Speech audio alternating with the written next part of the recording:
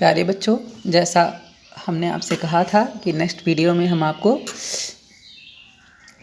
Previous video में मैंने आपको धातु, अधातु, तत्व के प्रकार, धातु, अधातु और उपधातु की परिभाषाएं बताई थी और आपसे कहा था कि नेक्स्ट वीडियो में आपको धातु और अधातु में अंतर करना बताएंगे उनके गुणों के आधार पर।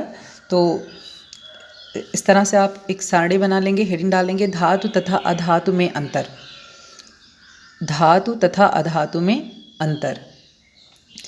एक इस तरह से इसे 4 खानों में डिवाइड कर लेंगे, इसमें क्रमांक और एक खाने में गुण और फिर नेक्स्ट खाने में, तीसरे खाने में आप धातु और चौथे में अधातु लिख लेंगे। तो फर्स्ट में क्रमांक में फर्स्ट पॉइंट में आप और गुण में पहला गुण भौतिक अवस्था पे हम भौतिक अवस्था के आधार पर हम धातु और अधातु में अंतर स्पष्ट करेंगे। तो हमारा पहला पॉइंट हो जाएगा गुण में भौतिक अवस्था और धातु में आप लिखेंगे ये मतलब धातुएं, ठीक है, ये प्रायः ठोस होती हैं पारे को छोड़कर।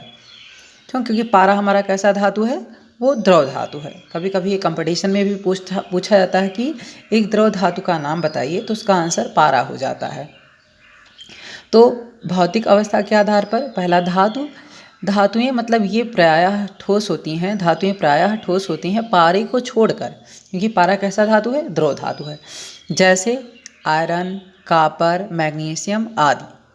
जैसे आयरन, कॉपर, मैग्नीशियम आदि। Iron Fe iron, Cu copper, magnesium Mg।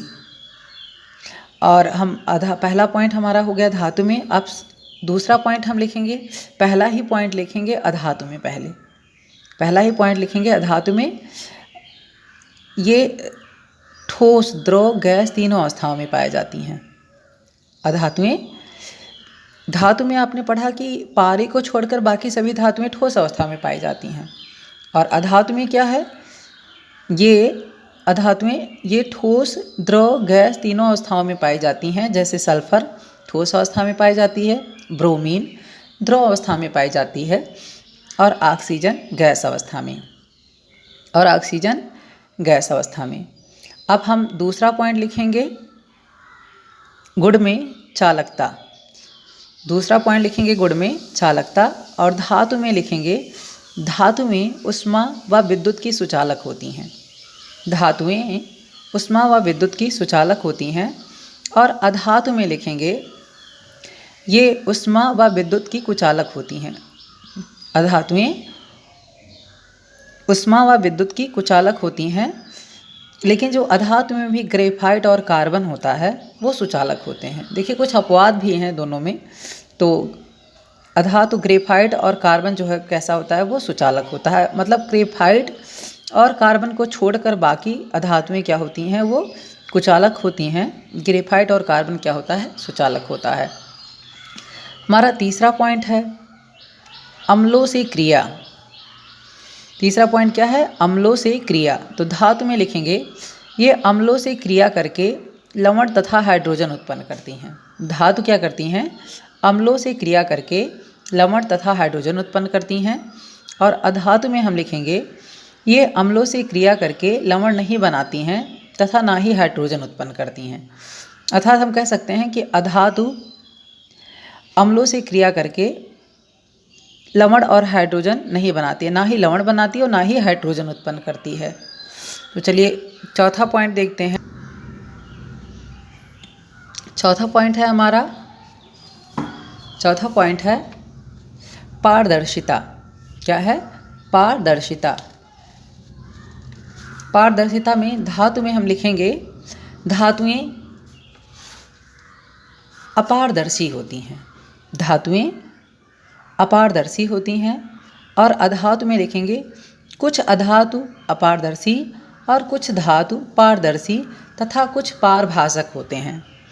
पारदर्शी मतलब जिनसे प्रकाश आर पार निकल जाए, अपारदर्शी जिनसे प्रकाश आर पार ना जा पाए, पारभासक मतलब जिनसे प्रकाश हल्का हल्का आर पार जाए, मतलब थोड़ा थोड़ा दिखाई दे। हमारा नेक्स्ट टॉपिक है। तो धातुएं पारदर्शिता के आधार पर धातुएं अपारदर्शी होती हैं और अधातु में कुछ अधातु अपारदर्शी, कुछ पारदर्शी तथा कुछ पारभासक होती हैं। नेक्स्ट गुण है हमारा, पांचवा पॉइंट लिखेंगे गुण में तन्यता।